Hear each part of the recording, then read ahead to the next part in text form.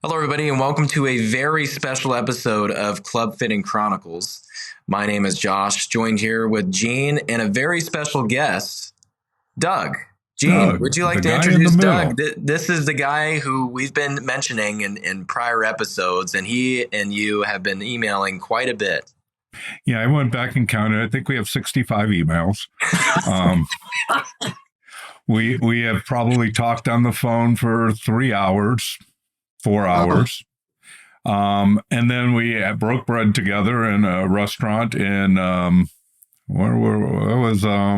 Bentonville, Arkansas at Thanksgiving. We met in person for the first time, but we had talked numerous times before that. And it all started out when he asked me a question about the Harman CB driver shaft. That's right.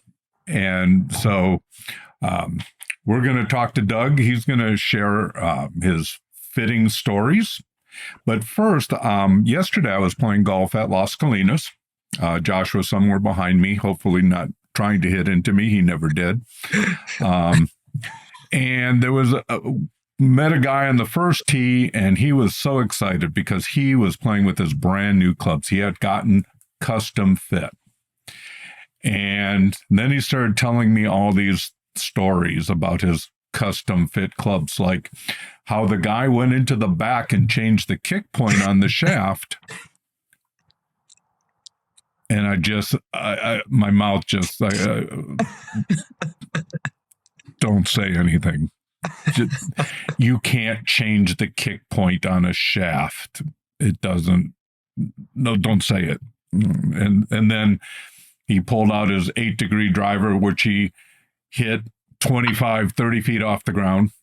It really rolled through the dead grass, the dormant grass on a couple of the holes, because it was also going right as there was the fact that he couldn't get any spin on the ball, and you could watch the ball shuddering and he was, by the end of the round, at least he was thinking, you know what, I think I need more than 9 or 8 degrees of loft, which he didn't have 8 degrees of loft anyways. It was probably about a 9.5 or so, right? Couple degrees open. But when the guy went into the back and he changed the kick point, I was like, this is what we run against in fitting. And those men and women out there who truly fit, this is what we have to battle, all the misinformation. So Josh is out in my backyard because we couldn't figure out how to get the sound through the computer, because he's young and intelligent, and I'm old and illiterate. And I tried casting my computer to my TV the other day. I changed our network, and that didn't work either. I don't know how that happens, but that just goes to show. So that was the story I wanted to share, Josh. I'll let you start us off, and of Doug, course, you're going to be the star of the show today. So, of course. Well, I mean, first and foremost, Doug and I really started our journey together. Really, when he started emailing Gene was right around the time where I told Gene before the summer, I got done with competitive golf late in the spring, and I decided, well, I need to change something here, and that's either going to be my golf swing or my golf clubs. And I was like, you know what? I've done so many lessons, maybe there comes a point, because even with my swing that I thought I was hitting the ball good, I would still have these errant shots. So I was just really confused at that, because it was not the club's fault. It was always my fault. Well, that's where I was wrong. So I started my journey with Gene last summer. I said, hey, I'm going to sit down and we're going to talk. And Gene and I came up with a list of ideas, and we went in order on what to work on. And we went from one to the next. And at the same time, Doug was behind his computer screen, typing up emails, various amounts of emails to Gene, asking questions, and very good questions. So good that Gene didn't really know how to respond to some of them. I've never been that. That's a great question.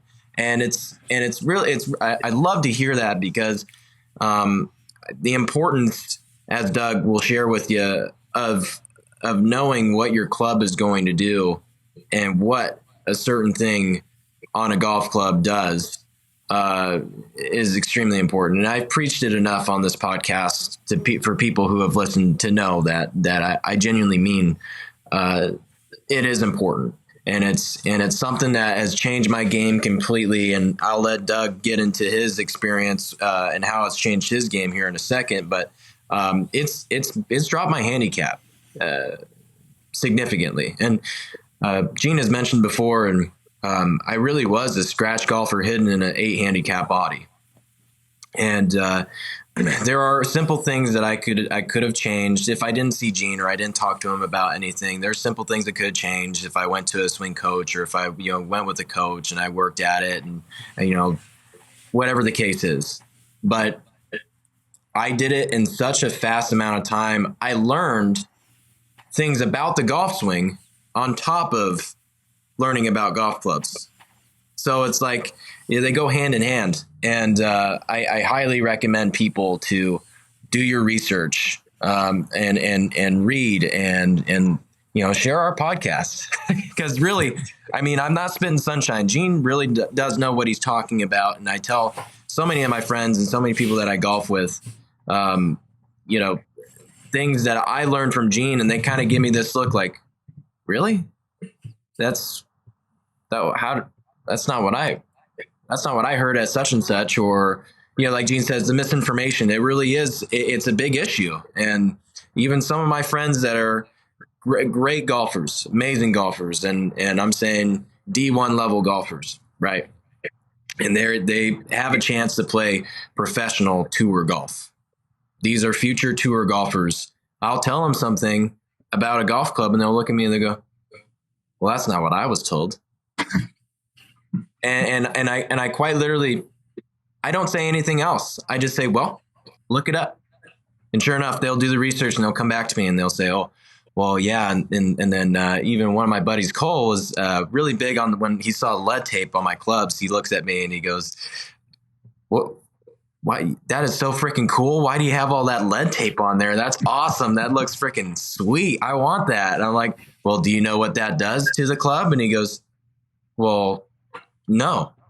So when I explained it, and Gene was back there with us the other day when we went to the range, Cole was having some issues with his driver. His driver shaft broke. So he switched to an old shaft of his that is a TX. It was a Project X 60 gram.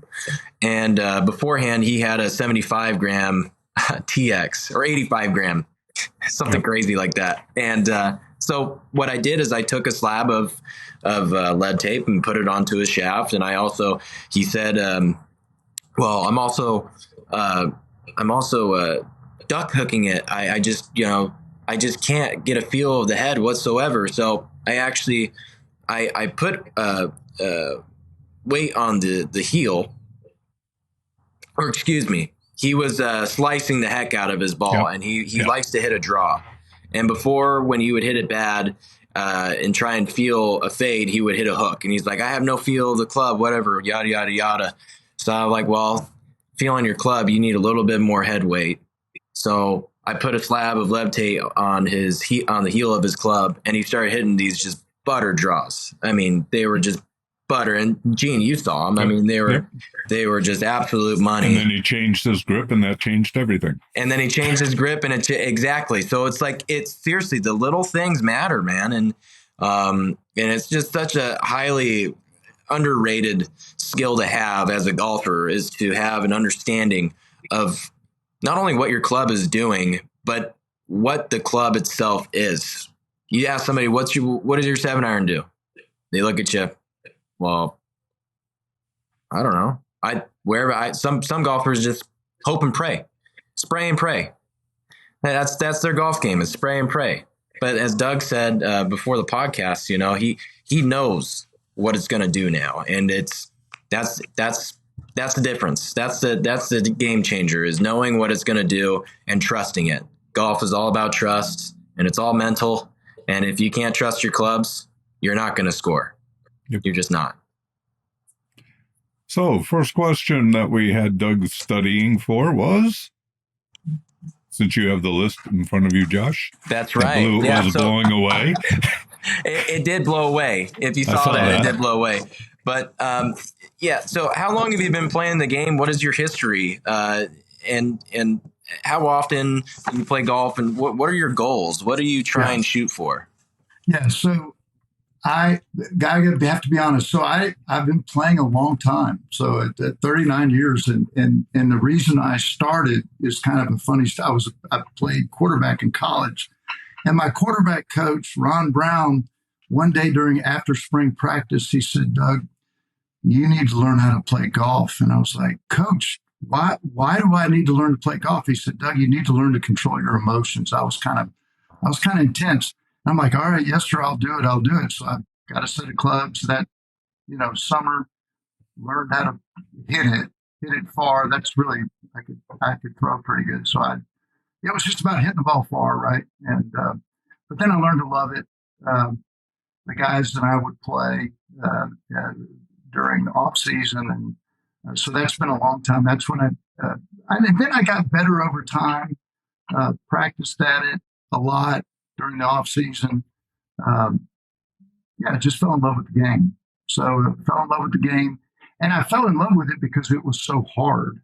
I mean, it was so hard, and it wasn't like, I could hit a gnat in the back at 40 yards with a football, and it's like golf was much harder than that.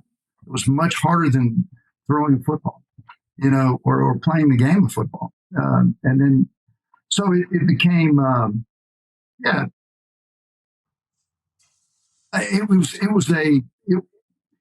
and later on, after football was over, it became it was a good transition sport, Right. to really work on. And it's something it's never ending. And there's so much learning involved in golf, in my opinion. I learn something every day when I play, even when I'm not playing around good players, even not so good players. It's interesting. The game is fascinating. The whole club fitting thing. I've had so many different club fitting experiences, and probably one good. Now the latter with Gene has been amazing, but I would say I kind of think of it like this: if you have a really bad disease and you need really good help, and you go to a dentist. Well, your teeth are going to be great, and you're going to take care of your teeth, but you probably still have a disease that he may not be equipped to help you with. But I really don't know any different, but I have nice teeth, right? But Sure. I'm kind of dying inside, and I need some help, right? So, that's kind of an extreme analogy, but it's like, so I've kind of searched for information, and I've hit clubs, and I think, man, as a golfer, it's a lot of self-blame, like you were talking about, Josh. It's like, man, I'm pretty athletic. I still swing pretty good, but man, I can't keep it on the map. This game is so hard. And then these pros, they're so good. How do they do that? I can't move like that, but man, how do they move like that? And then it's like my equipment, I didn't realize my equipment was so bad. Okay. Throughout my history, I've had some really good golf clubs that I loved. And it's like, why can I hit this driver so good? But you never knew why. I never knew why. Right. I did have one good club fitting experience years ago, 20 years ago. A young guy in a golf shop. I took my driver in there, and he watched me swing, and he said, "Doug, look, I'm going to put a shaft in it for you. I think you're going to like it." I loved it. But that's really the only golf club, and the shaft snapped 12, 15 years ago. It just wore out, and I've never had a driver like that ever again, even with all the greatest technology that we have available, right? AI hasn't created a driver for Doug. It's like I've been waiting for AI but I have HI now, this human intelligence gene. And I'm like, there you go. But it's like, I think there's a lot of golfers out there. Just listen to your podcast. I've helped a buddy of mine who was hitting some clubs. He's 65. He was hitting some clubs, and I'm like, man, you can't hit those golf clubs. What do you, and I can talk to him that way. And then he bought some other clubs they're actually weighted. They're a nice set of clubs, lighter shafts, and he's hitting them a lot better. So it's you guys have helped a lot of people through your podcast and just knowledge. I think when I found I'm still working and I drive and I'm in sales, and I picked up the podcast, the first one. And I think one of the reasons why I was looking for it is I wanted more answers. I wanted answers and information, and that information is not readily available. Okay, so maybe if I change my grips every year, they want to sell me grips, they want to sell me new clubs. It's like, whoa, if I change my grips, I didn't know that the heads got lighter, and now I can't hit my golf clubs, right? But I'm supposed to change my grips every year. Well, wait a minute, are they the same weight? Does the weight matter? Does the circumference of a grip matter? And I would have told you last year, no, it doesn't matter, but it does matter. I remember I sent Gene, I've worn Gene out with emails, but he said, Doug, send me the specs of your clubs. I'm like, okay, so I've got a swing weight scale, and I've played with shafts, and I can put grips on and all that. And I sent him the specs, and he was like, well. You got 4 different golfers' clubs. And I didn't know, I'm just kind of playing what I have. But anyway, I can tell you, I last year, just before I got onto your podcast, I really wanted a set of irons from a certain brand. I always wanted this certain brand. I've had about all of them you can think, except this one brand. So I drove to get fit, right? And I'm hitting these single leaf Cobras that's a whole nother story, that I could find the face. And I'm like, okay, I can find the face for these clubs. So I go to get fit. I'm ready to buy a whole new set, brand new. And so he puts me in the shaft analyzer, and this is the shaft you need, 120 grams stiff. And I'm like, okay. So we're there for 30 minutes, 40 minutes, and he's putting heads on the club, and I can't find the face of the golf club. I'm hitting these clubs so bad. And I'm like, man, I guess this brand isn't for me. And then he gives me my Cobra back, and I flush it 5 straight times and dang near the center of the face. And I'm like, wait a minute, am I just a weird dude, or can I not be fit into these clubs? Surely, well, then I guess I can't hit this brand. And I'm like, what's wrong with me? And that's before I learned, wait a minute, there are different levels of club fitting. I've been to some, I wanted a 3-wood years ago. I went and got fit. I hit the 3-wood great. That's the one. The fitter did that. So I wait. I get the 3-wood in the mail from the manufacturer. I can't hit it. Spent all that money, and I'm thinking, man, I found the cure. My savior 3-wood. Here it is. And it's awful. I've had wedges. I bought a wedge like the best guy in the world hit. I think I want this 56-degree wedge, and I order it. And then I look at the shaft, I look at the head. It's assembled in another country. Anyway, and I'm hitting shanks, and I'm like, gosh, am I that bad? The best guy in the world hits this wedge. Why can't I? Anyway, but I'm not the best guy in the world, so a lot of self-blame, and I'm thinking, hey, I need some help. So, yeah, I mean, you explained it. You explained it perfectly. Yeah. You explained it perfectly when you said, the amount of people that I know that went to get fit, and they said, I can't hit such and such. Why not? Well, I just wasn't hitting good. Well, now, if I were to ask those questions now, I would ask what kind of shaft was in the club, what kind of club was it, and why do you think it's the certain brand? And I will say this: there are certain faces that just feel awful, but if it's an issue where you can't find the center of the club face, well, yeah, that's why it's going to feel terrible to you. If you're hitting it on the toe, if you hit any club on the toe or the heel, it's going to feel god awful, and you're going to stay away. No, never. right? So yeah, I had that same experience when I went to certain places maybe 3 or 4 years ago, and I hit. I'm not going to name the brand, but I hit their driver. I'll just say it. It was Titleist. It was a Titleist driver, and it was a TS3. I couldn't hit it for the life of me, at all. Couldn't hit it for the life of me. I hated it, and I told myself, I don't like Titleist drivers. I don't like Titleist drivers. But come to find out, now that I look back on it, it was a triple X stiff freaking. I mean, yes, I'm young, but I'm not trying to throw my back out on every swing on the tee box of my driver. I'm not trying to swing it 195 miles an hour. I mean, it's just I don't know.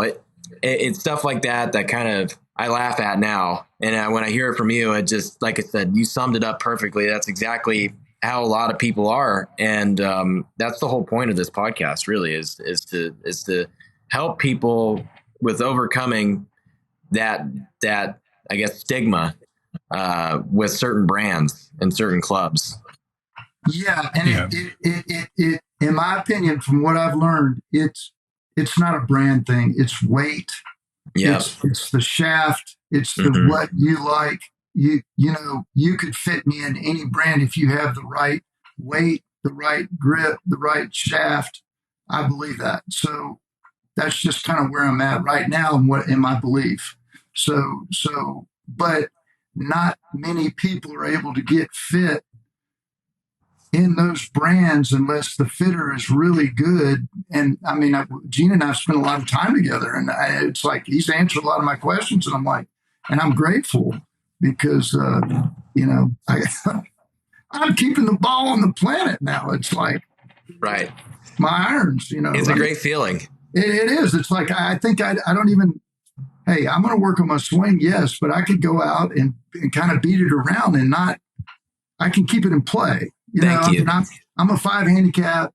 I was a 7, and just now it's dropping just in the last month with the scores. And honestly, you know, the putter, if I get my putter going, I'm like Jekyll and Hyde. I'm either really good or kind of really not so good. Sure.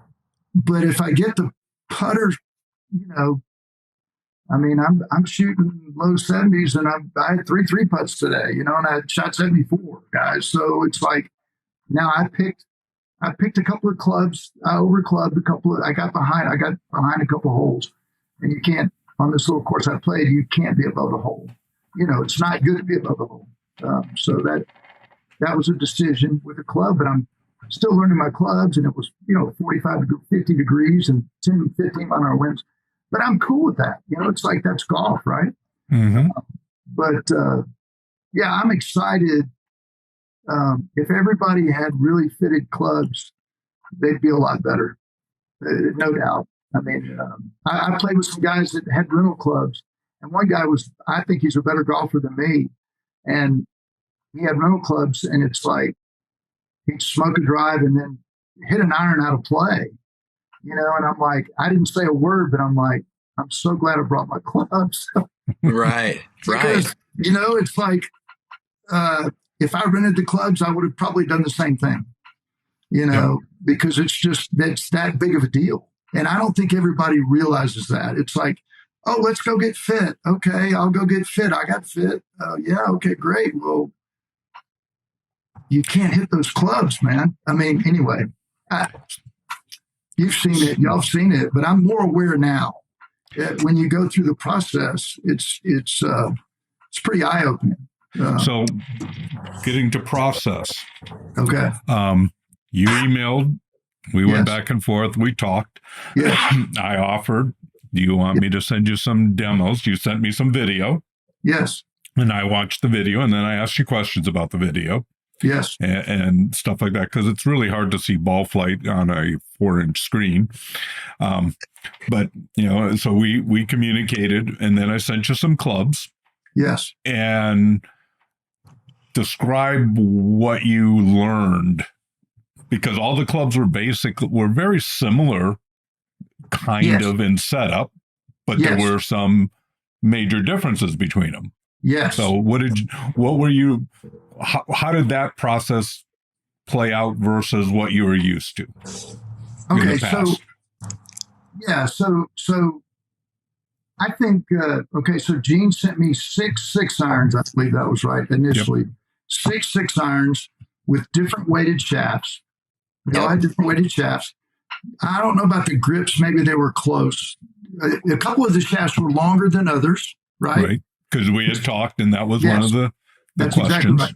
Because you kind of said, you kind of, and yeah. So I had six irons, and you said, Doug, you'll know which one you like. And I'm like, what does he mean by that? You don't, within 3 or 4 swings, you'll know if you like it or not. So I'm like, okay. I'm like, man, where's this going? So I did that, right? And I came up with one club. I thought, wait a minute, I hit this one. It was a very light shaft, and I smoked it. I really was smoking it, and I thought, hey, Gene, out of these six, I really like this one. Okay, it's a little long, but it's light, and I hit it. I mean, I was striping it.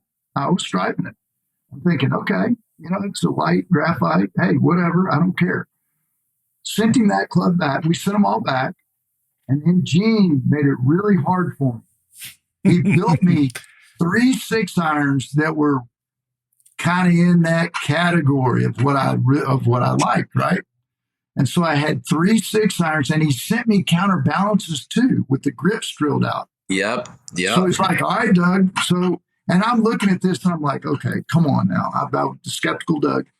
So I'm like, okay, give me some time. I was working on, Hey, Doug, you want to move a little bit to there you go. Okay. So I was just looking in your ear. I was falling down. Yep. All right. Thank you.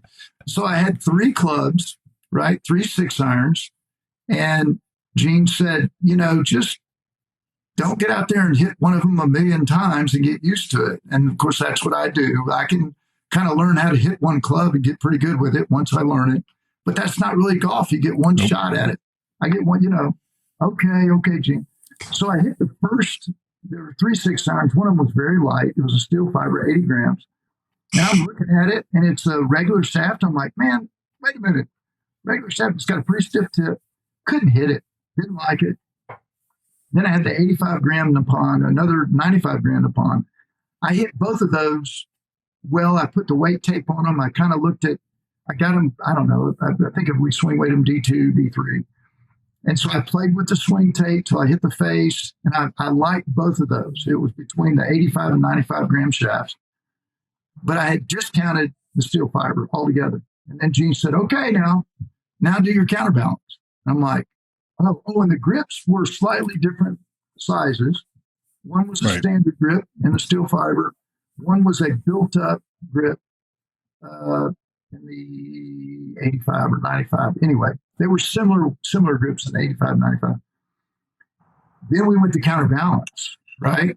So I had pretty much ruled out the steel fiber. I put the counterbalance in the steel fiber and absolutely smoked it one day. And I hit like 150 shots, and I'm thinking, wait a minute, this club's still in play, right? It just completely changed the dynamics for me.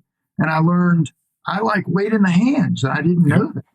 I felt I could feel with my hands. Yep. So I put the counterbalance in the 85. It was good. And I put the counterbalance in 95, a little bit heavier, but it was. And the 95, I think, had the mid-size grip.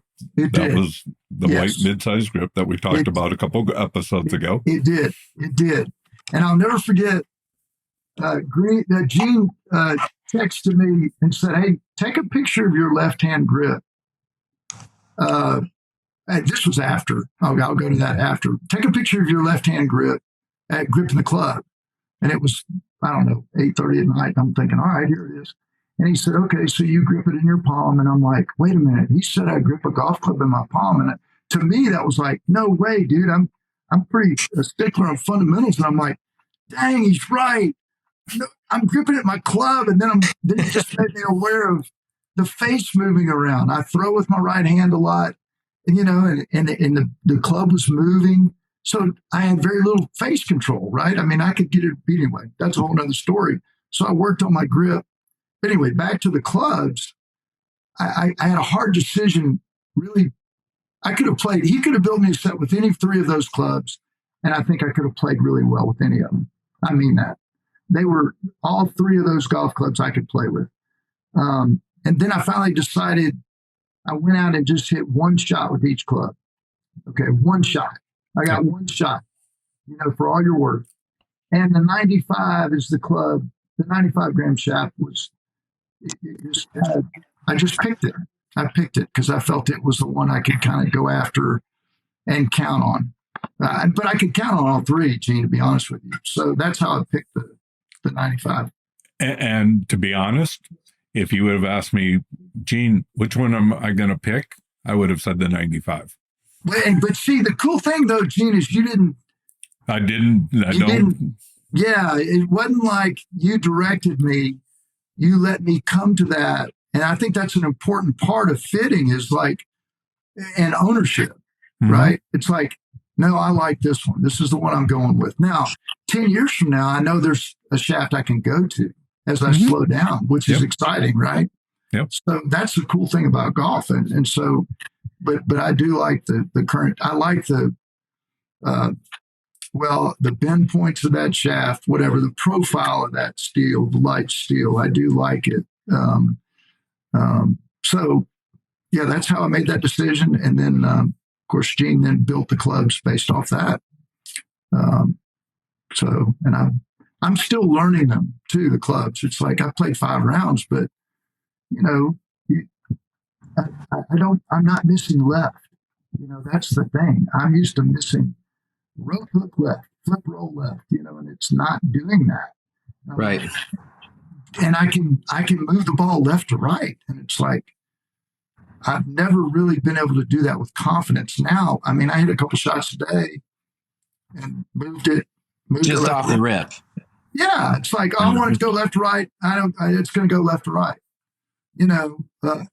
so I'd rather miss to the right than to the left right now. And so now it's an aiming thing. It's like, I can aim right at the flag now or aim to the left of the flag and know. And trust it. And trust it. Yeah. And I'm a 5. I'm not the scratch guy yet. I hope to be. But, I played 26 rounds last year. I've already played 5 rounds. So now I'm going to work on putting and chipping. That's kind of I'm going to putt the chip. I'm going to get better at that. So anyway, I'm excited because, and we're going to have to build a driver and it's so awesome to hear. I mean, we're in the same exact boat. I mean, it's, I've said it before. There's days where I could just go up without even warming up and know what the club is going to do. But what gets me in the end and bites me in the butt is my short game. And yes, and there's been a lot of coaches I've had in my life. I'll tell a funny story about Ed Hennerly. He was my middle school coach. This was 2015. And he had a cigarette in his mouth. Man, he looks at me. This is at the Lynx Golf Club in Queen Creek before he got demolished. And he said he's staring at me on the putting green. He has a cigarette in his mouth. He goes, "You want to know how you can stop 3 putts?" I look at him and go, "What, coach?" He goes, "Chip it closer." I go, and little did I know that was going to be the best piece of advice that I ever got was from Ed Hennerly. Chip it closer to eliminate 3 putts. And I'm at that point now where I know where my ball is going to go in my full swing, and I know where my driver is going to go. And yes, there are days where I mishit it, but like you mentioned before, our definition of mishits now is much, much more minimal. I mean, I haven't hit an OB shot genuinely. And maybe. That's good. You can't remember. I mean, I've hit shots into water or something like that, but that's, I mean, like you said, aim. I haven't hit, duck hook left or duck hook right. I haven't hit a house at Las Colinas. I'll just put it that way. I haven't hit a house at Las Colinas in a very long time, and it's one of those things. Actually, I think it was in the fall, so it's been well over maybe 5-6 months. I just put it that way. And it's one of those things where, yes, I'll hit a bad shot, but I'm not penalty shots. I'm not having that extra stroke, or I'm not being that guy after my round. Oh, shoulda, coulda, woulda. If I didn't hit this ball into somebody's backyard, if I didn't shatter this woman's window, I would have shot this score. So it's that little difference that Right. makes all the difference. So yeah, that's good to hear that me and you are kind of are same. My goal has been getting better at short game. I've told Gene this for the last month, is putting and chipping, and a lot of my good friends know that that's something I've been working really hard at, and it's now that's it. That's all. As long as you get good at that, and a lot of guys on tour, they don't stripe the ball perfectly, but they know where to get up and down, and they can get up and down from anywhere. Right. Well, and let me just say about what Gene did with my wedges. I'm 6'2" and I have short arms, and so he lengthened my wedges. And I used to have one shot around that I'd hit heavy, fat, not awful, but just a bad shot. And I haven't done that with these wedges, so, and actually, okay, I'll just say this. I never in my history of golf chipped the ball in the hole, like chipping. I chipped 2 in today. Okay, so, and that's different. So wait a minute, the cost just went up. Yeah. So no, but that's not normal golf behavior for me. I'm not used to chipping the ball in the hole, and right. I almost chipped a third one in. And it's like, and I'm not used to that. That's not my game. So right. It's like, wow, Well, it is now, because we have you in a better posture, and we have more head feel than what you had before, because you're using, like, I think they were D1 in your wedges, and like your irons that we made. If we took that big honking heavy white grip off, they're D5. Yes, you but we love like those the grips, big though. honking. I like those big honking. I love those grips too, man. But once Gene told me that, I couldn't believe it. But now, I think they're at about D2 was our starting point, and then I'm at D6 on my 60, D5. Right. Yep, Yeah, every moment of inertia. Them. Yes, but you would never have been at that if you bought. You could have found a nip-on shaft, and they could have put you in the same shaft, but they're not going to. You put that grip on there, they're not going to say, "Oh, and now we need to do this because we just made it a whole heck of a lot headlighter." Gene, that's your point. Is so I reshafted those clubs a year ago, and I did not swing weight them, and I wondered, now I know why I couldn't hit them. I reshafted, so it's like they were awful, and I just thought I was getting worse, and I had no idea. It's like, well, I'm just not very good. It's like I took those, I had some recoil shafts in some clubs, and I hit these. They were fun to hit, but I'm hitting a gap wedge 140 yard or whatever. It's like, well, that's not very good. It's I didn't know that how important, the gappings in these irons it's so great, because man, I can hit 2 to 3 clubs into a green now. I've got choices, and I'm just blown away that they fly the same distance. I know that sounds simple, but it's a big deal when you're trying to hit. You're hitting more greens in regulation. Yes. You're hitting more greens in regulation. That percentage is going up. And when you hit more greens, then you don't really need to worry about chipping as much. So you're actually having to worry about putting. And now you're focusing on how many putts you have per round. I know that because that's exactly how I am right now. I'm averaging 13 to 16 greens a round, which is a crazy number for me. Yes. And a year ago, me and you probably wouldn't be able to say something like that. Josh, and you guys are college golf. You guys are golfers. I hit the first time out. I told Gina I hit 16 greens. I hit 14 greens today. And I'm like, man, if I just clean some stuff up. Exactly. But I'm happy. I'm just going to let the process go. Right. But when you drop me, even with my chipping and putting the way it is, I've gained at least 4 shots around. I'll say that. I think that's that's not exaggerating. If you just look at my numbers, well, yeah, it's about 4 shots, close to 4 shots. So, and that's playing 2.5 times a month. Right. right? So how much help for all those people out there? It's the real deal. If you find the right person that knows what they're doing to, you know, fit you and then build your clubs. Gene, bonk, there you go. So I'm a fan. And here's the beauty of it too. Now, and we're going back for a second here.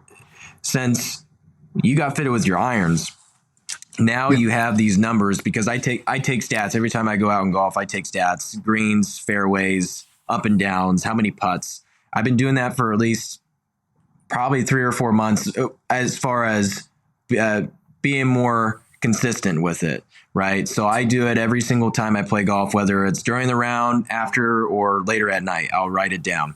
Right. With that being said, I noticed my greens have gone up significantly, and with those numbers, I've been seeing a trend and a pattern.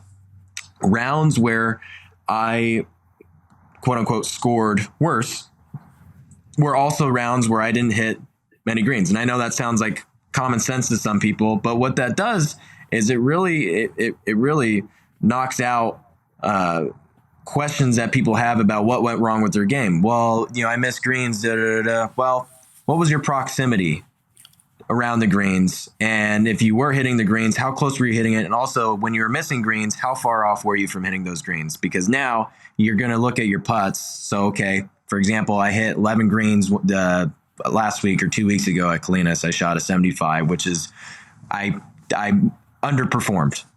That's an underperformance from what I was used to. So I was kind of like, well, what really went wrong today? Because really, when I hit a lot of greens, it's not that I hit the balls perfect every single time. There was mishits. That's golf. But my misses were so minimal that I still hit the green anyhow. But regardless, when looking at the numbers, I saw my putts were fairly average. They're about 30 to 33 putts. And I've talked to Gene about this, 30 to 33 putts. Well, now what that does is it minimizes what you're looking for. And now I can see that chipping, my short game, getting up and down is what I need to work on.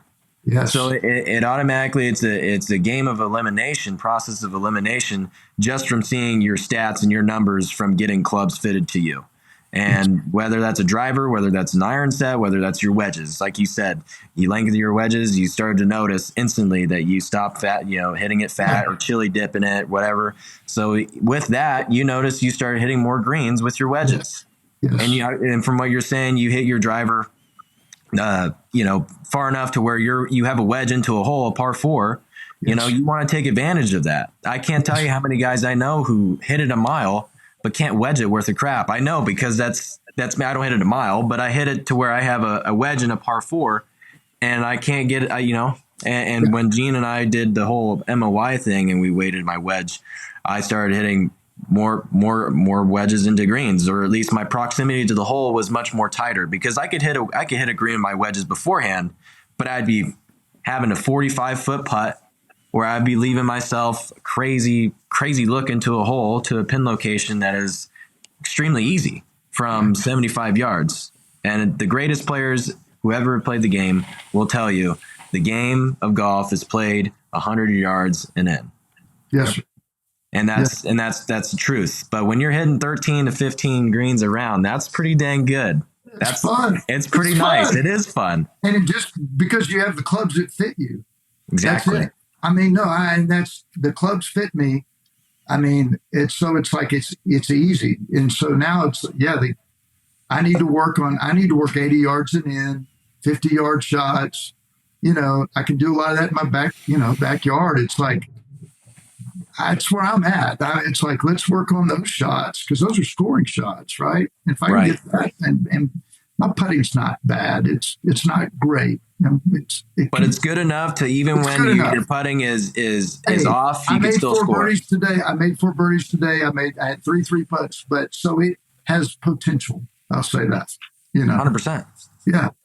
But anyway, it's been fun, guys. I'm excited, and I'm grateful that for all the information, because it's learning, right? And the clubs matter, and we don't have to be that. The average Joe like me doesn't have to be that bad at golf because they have bad clubs. that don't fit them, right? Mm-hmm. I mean, just like I probably couldn't hit Josh's clubs.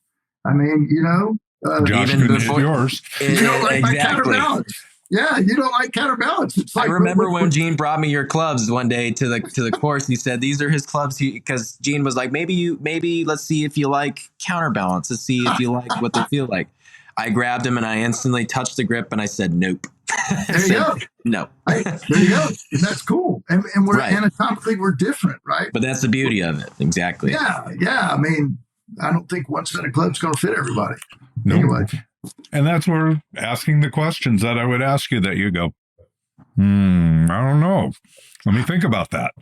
Well, and the questions you asked, Gene, were good because it made me think about the history of clubs that I've used, that I've liked, and what I've liked, and then the commonalities of those clubs. And I'm like, aha, there is something I like. I do like this. I do, but I didn't know that. It's a subconscious thing. Maybe it's like, I could just hit this Warbird, right? The old Warbird 3-wood. I could hit it off a rock. I could hit it off pavement. And I'd spun the heck out of it, and I loved it. Okay, and it's like spin it out there when I was a younger man a long way. But I like that. It's like there are clubs that we like in our past. That how do you replicate a club like that? What kind of shaft did it have in it? What was the bend profile? What's the torque of the shaft? It's like, does all that matter? Yeah, it matters. Yep. Because it creates a feel. And when you said we swing a club to make it feel good, I'm like, oh my gosh, that's so right. I'm going to try to make this club work and make it feel good. And by doing that, if it's not the right club, I'm swinging out of my shoes, right? And that's no good for golf. Anyway. Nope. Doesn't work very well. No. Well, I'm thrilled that your experiment is exciting and fun. Yes. And it's fun hearing you and Josh kind of comparing stories because they are very similar. And Josh will get back to working on that putting stroke. Yes. I will. The thing that frustrated me most as a club fitter is people going, well, does it really matter? How could it matter that much? And you played collegiate football. Was there a football you preferred over the other footballs that were available in the bag? Always. So, in South Louisiana, we'd have 22 balls, game balls, and I'd pick probably 6 that I spun well because there's variability in footballs. Yep. And I think there still is. And when you get to the league, there's variability in those footballs you get to pick too. So the quarterback always, in my experience, I picked the game balls. Yeah. And, but somebody will say, and the kickers would put them in the dryers and they get fat. They look like a soccer ball. And I'm like, keep the kickers' balls away from the quarterback balls, right? Don't mix the two. They're different animals. They're trying to explode it and compress it. I want it to spin, right? Mm-hmm. Yeah. And so everybody has, unless you have big monster hands, I think most quarterbacks have preferences for footballs. Yes. Yeah. And every sport, there's always a preference. You're playing baseball. There isn't one bat in the dugout. Right. If you're playing hockey, everybody isn't using the same stick. No. If you're, I was a bowler. The thought of using an alley ball is repulsive. That's not bowling. That's throwing rocks. Yeah. I was pitching a baseball. I could tell I liked the stitching on this ball better than that ball. Right. The same person could have stitched them, but they felt different. Yeah. And in a golf club, you learned how much one swing weight point, 2 grams, as you were going through that test, because that's why I set them up as light. And then it was for you to experiment, add a little bit of lead tape at a time, not slather it with lead tape, a little bit, look at impact, and you watch impact change as the weight gets better and better. And then there's a point where all of a sudden it changes again. And you go, well, okay, what happened? Well, you got a little too heavy. Take a little bit. Oh, ball striking goes right back to where it used to be. But again, most places, they don't do that because that takes work. Takes I'm time. gonna have to take that club apart, and I'm gonna have to. Oh no, I don't want to do that. And that process, figuring out the weight of the shaft, because I sent you shafts in 10-gram increments. Yes. And it was easy. Most people think, oh, this is going to be really hard to tell the difference from one to. It isn't. No. It's just like feeling the difference between the kicker ball and the quarterback ball. Yeah. Gene, I have a question. Question how you figured out, though, just looking at a swing, you knew which shaft I would like. I'm glad you didn't tell me. You let me come to that on my own. But I'm interested in how that's just your experience, isn't it? Experience. It was looking at your tempo. Okay. I knew that there was 80 grams, because you had shared with me some of the other clubs that you had played, and some of them were lighter shafts than that. Yeah. And those didn't work. And so I was kind of using, 80 is kind of that, because you're not quite as old as I am, but we're looking at going lighter, and you always try to fit people into the lightest shaft that they can swing, because there's no reason to give them the heaviest thing. Right. And so I was like, 80 is my limit. I know that it won't be lighter than that, because I know you're a good athlete, and I'm watching your video of your swing. So then it was, we went with the 80-gram steel fiber. We went to basically it was like 88 grams in the nip-on that we had. It was like 94 grams in the next nip-on, 95 grams. Yeah. And it was like, I'm going to guess that will be in that wheelhouse. Yeah. Because it gives you enough feel of the head, because you didn't like head heavy. Right. But you also need to feel enough of the golf club. Yeah. So that you could control tempo. Yeah. And then with that, once we kind of learned about the choice of grips, that big honking white Golf Pride. I love it. I like G2, that mid-size. Okay, Yeah. so we got to account. That's going to account for some weight. Yes. And again, you're never trying to create something. What's the heaviest I can make them swing? So that was kind of, I figured the sweet spot, that 95 gram, I thought there was a remote chance of going down to the 85. But I kind of figured that was more of we would probably end up with a little higher swing weight if you went to the 85. Yeah. But that was kind of the thought process that I was going through from watching the videos and stuff. The 85 and 95 are close. I could barely tell the difference in those two shafts. I mean, really. I mean, 10 grams. But the interesting thing is when you took that one swing, and I love that you did it that way, the one swing. This stood out. And again, when I fit myself, it only took me 8 months.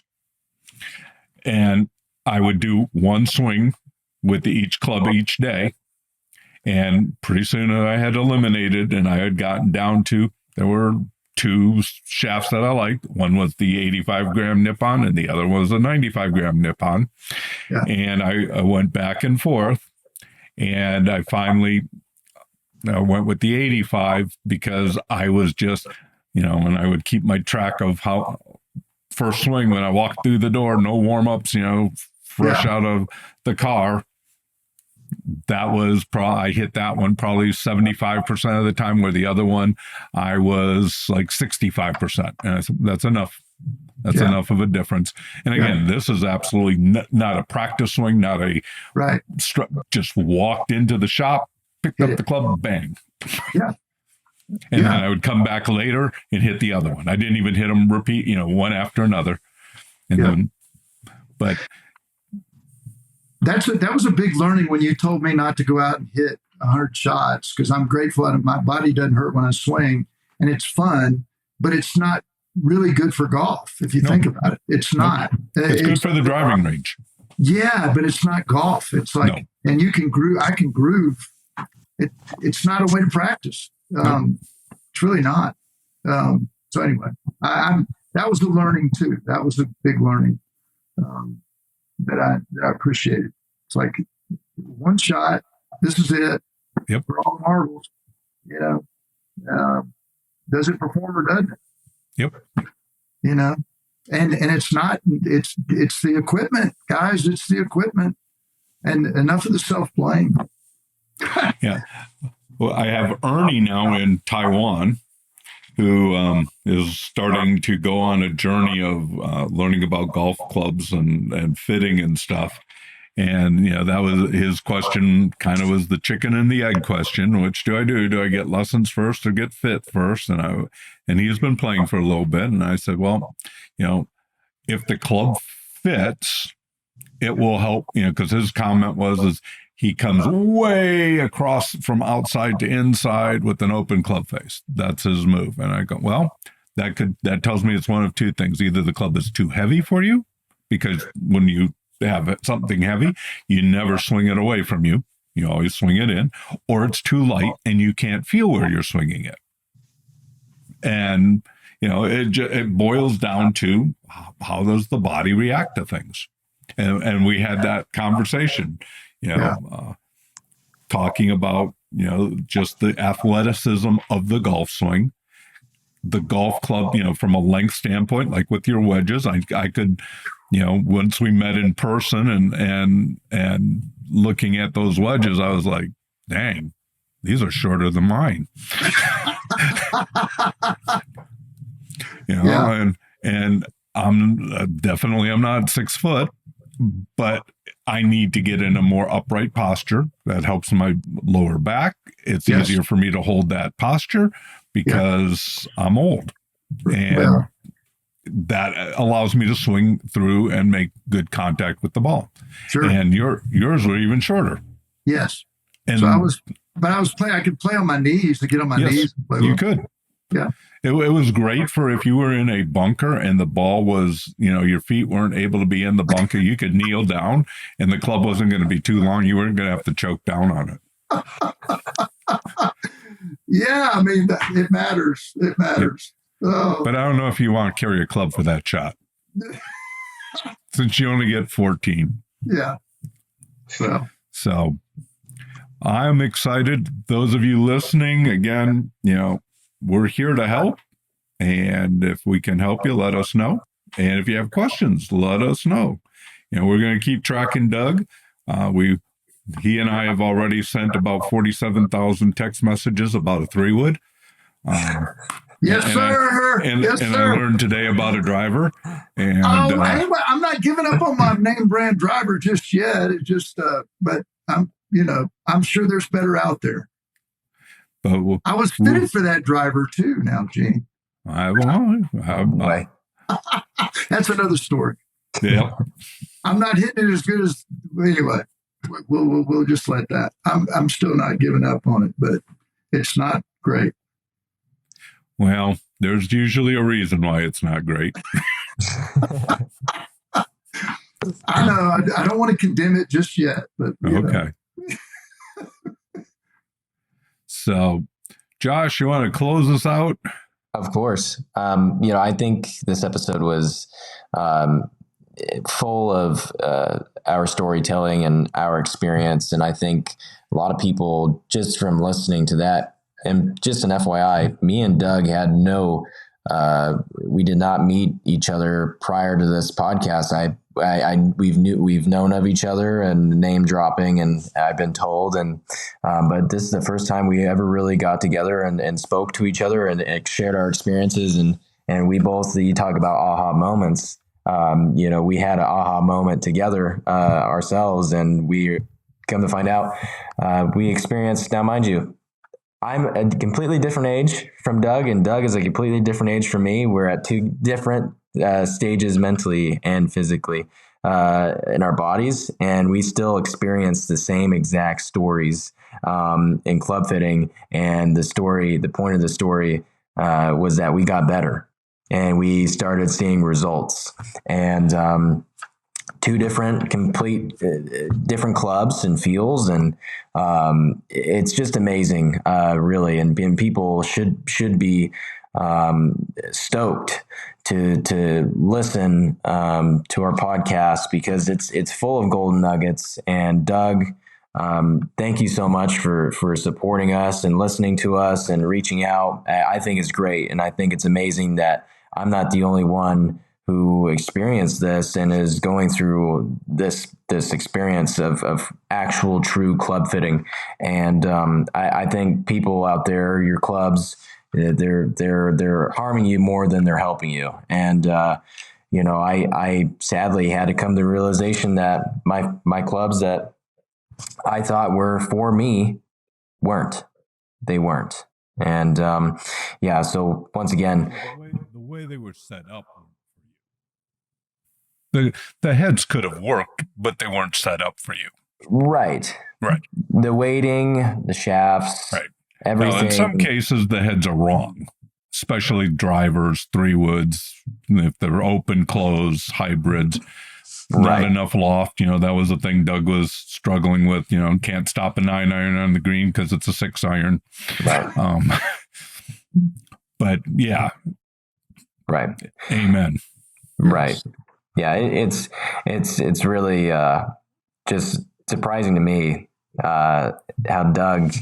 I still can't believe it. Doug and I really had the same exact experience.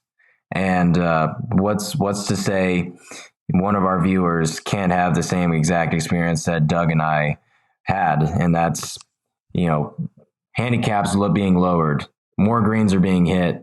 If Doug gets fit for a driver, which it sounds like we're trying to get the ball rolling on that really, really bad here, he's going to see more fairways. And we might be making a trip out through Tennessee this summer. So come on, come on, might have to fix there. It is. Hey, yeah, that's good. I want a 3-wood and a driver now. That's why there it is. Thing, right? You heard it here, folks. It is official. You heard it here. And it's going to happen. You just got to accept it. You got to accept that you're going to get better. Dang it. You're going to get better, and scores will be lowered. And I highly recommend for the people who are listening, you don't have to listen to every single one of our podcasts. Every podcast that we do, we reiterate all these things because it all comes full circle. It really does. It all comes full circle with each other and why things matter with each other. And it's, think about a golf club and you kind of have a nirvana, right? I mean, it's really what it is. You have everything in a line. You kind of hit this nirvana with your golf club, and you go and you score, and you have a great time. You go out of the car with no warm up, and you just hit the ball because you know what it's doing, and you trust it, and you have a bond with that club. And Doug's starting to figure that out and realize that. I'm starting to figure that out and realize it. And yeah, it's a lot of great stuff to come. So I'm very excited for Doug and his journey, and I'm excited for the future episodes to come, and hopefully we can have another viewer on just like this and do some more sharing and hopefully you guys do more research and ask us more questions. Ask us. I mean, Gene is no stranger to emails, apparently. This guy is all about emails. And I'm thankful for Gene, because if I got that many emails, I wouldn't know what to do. I could barely handle one, let alone 63. But anyway, thank you guys so much for listening to this episode. I think this was a great episode. And Gene, thank you so much. Doug, thank you so much. You guys have a great night, and we'll see you guys in the next episode. God bless. God bless. Thanks, Doug. Thank you, sir. Thank you, Josh. Take care, Doug. Uh-huh.